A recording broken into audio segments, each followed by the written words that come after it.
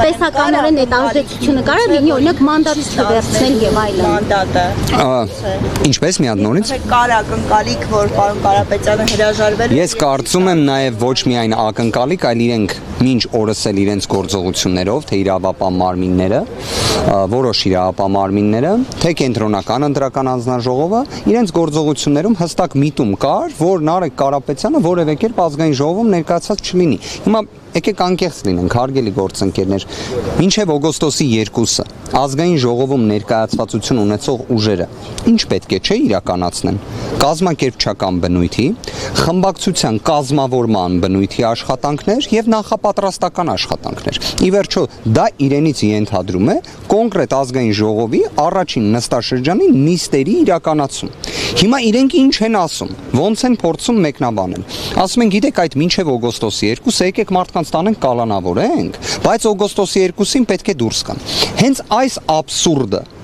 բացառելու համար Սահմանադրական դատարանը դեռևս 2021 թվականի դեկտեմբեր ամսին 16-19 որոշմամբ ուղիղ արձանագրել էր, որ այն անձը, ով падգամավորի կարգավիճակ է ստանում, չի կարող լինել ազատազրկման պայմաններում։ Իր ազատությունը չի կարող սահմանափակվել։ Մեկ բացառություն կա ազգային ժողովի համաձայնությամբ, ինչպես այդ գործընթացը քանիցս տեսել եք։ Հիմա կենտրոնական ընտրական հանձնաժողովը, դատախազությունը, վստահ եմ հետագայում մի քանի ժամ անց քննչական մարմինը պետք է փորձեն Սահմանադրական դատարանի որոշումը խախտելուն ուղղված գործողություն կատարեն, բայց կանխավարկածը որն է, չէ՞, օրինակ կենտրոնական ընտրական անձնաժողովը անկախ Սահմանադրական մարմին է, որը պետք է երևի կաշկանդված լինի ոչ թե դատախազության ցանկություններով, այլ Սահմանադրական դատարանի որոշմամբ, բայց իրավիճակը այլ է։ Հիմա նայեք, մինչև օգոստոսի, եթե օրինակ հիմա անձեռնություն։ Ես կարող եմ հստակ ասել, որ իրենց պատկերացումը շատերի իրավապահ մարմինների ներկայացուցիչների մասին է խոսքը, որ падգամավորի կարգավիճակ եւ падգամավորի կողմից լիազորությունների ստանձնումը դրանք նույնական են։ Հետևաբար Սահմանադրական դատարանի որոշման ուժով օգոստոսի 2-ին անձը չի կարող լինել անազատության մեջ, ելնելով նրանից, որ падգամավոր է եւ լիազորություն է ստանձնել։ Սահմանադրական դատարանը, որը պետք է լինի հենց այն մարմինը, որ այս հարցերին պատասխանող լինի, օգտագործել է ոչ թե լիազորությունների ստանձնում, այլ падգամավորի կարգավիճակ եզրույթը։ Սա ինչ է նշանակում, որ այստեղ այնինչ կատարվում է Երևանից Նարեկ Կարապետյանի նկատմամբ, Դավիթ Ղազինյանի նկատմամբ, Հայկ Սուքիասյանի նկատմամբ, դրանք բոլորը իրավաբանությունից դուրս են, դրանք բոլորը իրավունքից դուրս են, օրենքից դուրս են, ողջամտությունից դուրս են, բայց ավարտ է ունենալու վստահ եղեք։ Արդյոք նպատակը առանցքային դեմքերին էր, որ ինքը կազմակերպել է Հայաստանի ամենաազատ եւ անկախ ընտրությունները։ Հնարավորություն, որ ունենաք, մի հատ իրեն առաջարկեք, թող բոլոր դեպքերում Սահմանադրական դատարանի որոշումը կարդա։ Որտեւ այնտեղ Սահմանադրական դատարանի որոշումը լրիվ ուրիշ բաներ ասում, իդեպ նաեւ հենց կենտրոնական ընտրական հանձնաժողովին էլ խիստ քննադատում է։ Երևի այդ մասը չի տեսել եւ մեկ էլ երևի թե վարչական դատարանի դատական ակտն էլ թող կարդան, անկախ նրանից որ Սահմանադրական դատարանը չունեցավ այդ կարողությունը այդ հարցին դիրքորոշում նույնիսկ հայտնելու, ըստ որի Հայաստանի Հանրապետությունում կոնկրետ ընտրատեղամասում պետք է իրականացվեր վերաքվեարկություն, ելնելով այն հանգամանքից, որ Բարգավաճ Հայաստան կուսակցությանը վերաբերող այն իրադարձությունները, որոնք տեղի են ունեցել, էական ազդեցություն են ունեցել ընտրությունների վերջնական արդյունքների վրա։ Հետևաբար, եկեք իսկապես կենտրոնական դրական հանձնաժողովին առաջարկեք կարդալ Սահմանադրական դատարանի եւ վարչական դատարանի դատական ակտերը։ Վարդևանյան, հիմա դուք 21-ի օրինակով եք ներկայացնում դատախազության եւ գործողությունները։ Ըստ էության Վարդան Հովակիմյանը օրենսգիրքին էր ընտրական հեղինակում 90-րդ հոդվածին, որ ընտրված падգամավորի հետ կապված գործողությունները իրենց տիրույթում են։ Այստեղ այս օրենքի այս կարգավորման ու Սահմանադրական դատարանի 21-ի դեկտեմբերի որոշման միջև հակասություն կա, թե այսինքն այս իրավիճակում այդ դեպքում ԿՀ-ն ինչ պետք է անի, պետք է մերժել այս միջնորդության քննությունը։ Այս ձեր հարցին պատասխանը տվել է հենց ինքը կենտրոնական ընտրական հանձնաժողովը այն նիստի ընթացքում, որից որևէ մեկին ձեզանից չէին հրավիրել, մեզ էլ չէին հրավիրել։ Պատկերացրեք, այսինքն քննարկվում էր Նարեկ Կարապետյանին վերաբերող միջնորդություն եւ մեր այլ գործընկերների, որը կենտրոնական ընտրական հանձնաժողովը միատոն ձայնով հանգիստ հայտնում էր, որ դրանք բոլորը վերադարձվում են։ Հիմա նույն կենտրոնական ընտրական հանձնաժողովի մոտ ինչ փոխվեց։ Ինչ եղավ։ Հասկանում եք, որովհետև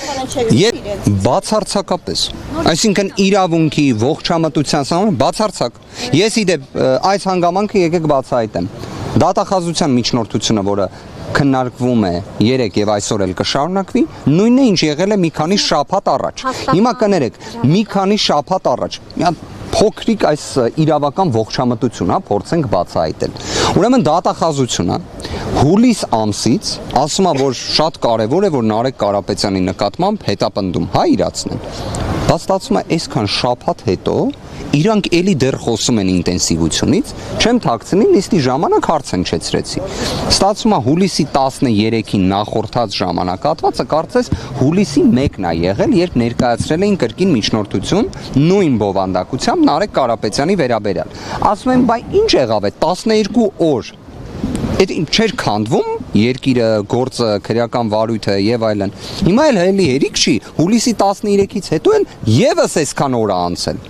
Բայց իրենք նույն տոնայնությամբ խոսում են ինտենսիվության մասին, քրեական վարույթ եւ այլն։ Ինչքանով տեղեկ եք, չգիտեմ, քննարկվել է թե չէ,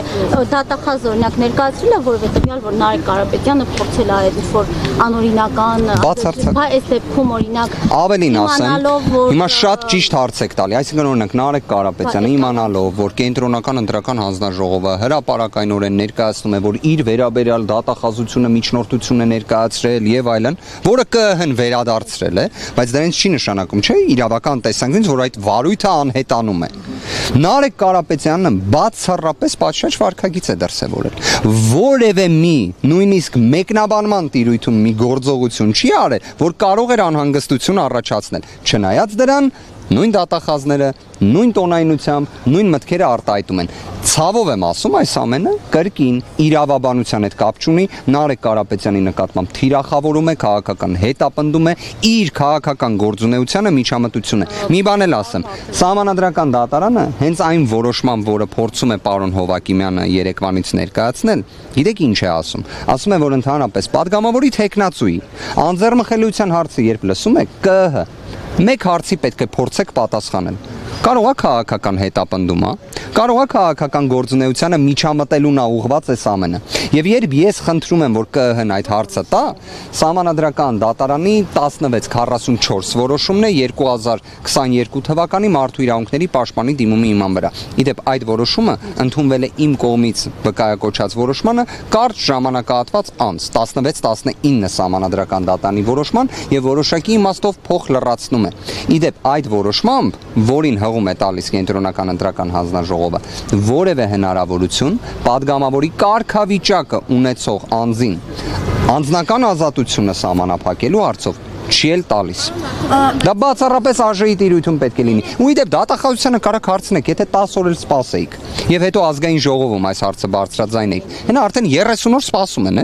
30 օր փաստացի սպասում են, բայց այս 10 օրը չեն սպասում, որովհետև այս ամենը իրավաբանության հետ կապ չունի, սա բացառապես իրավական ժխտողականության, նսեմացման, քաղաքական հետապնդման վատ երևույթներ են սրանք, սրա բացասական հետևանքները վատն են շատ, բայց հաղթահարելի են։